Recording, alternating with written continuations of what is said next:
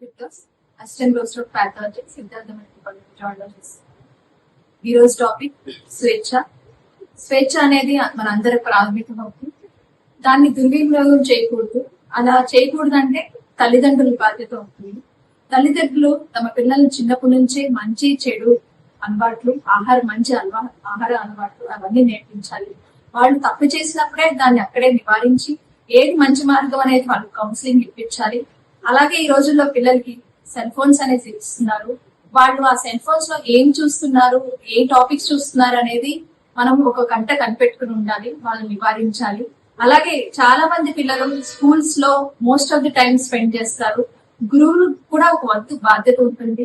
నీతి వాక్యాలు, moral values అనేవి schools లో కూడా నేర్పించాలి. మార్కులు ఒక్కడే కాన్సన్ట్రేట్ చేయకుండా. అలాగే మన పిల్లలకు కూడా అంతే బాధ్యత ఉంటుంది మంచి పౌరులుగా అవడానికి. మన తల్లిదండ్రులు మనకి స్వేచ్ఛనిస్తారు. ఆ స్వేచ్ఛనే అది నమ్మకంతో కూడుకున్న స్వేచ్ఛ. ఎలా అంటే మన పిల్లలు తప్పు చేయాలనేది ఒక నమ్మకం తల్లిదండ్రులకి. ఆ నమ్మకాన్ని మనం ఎప్పుడు బొమ్ము చేయకూడదు. ఇలా నమ్మకంతో కూడిన స్వేచ్ఛను ఆనందిస్తూ ఒక మంచి పౌరులుగా ఉంటారని ఆశిస్తూ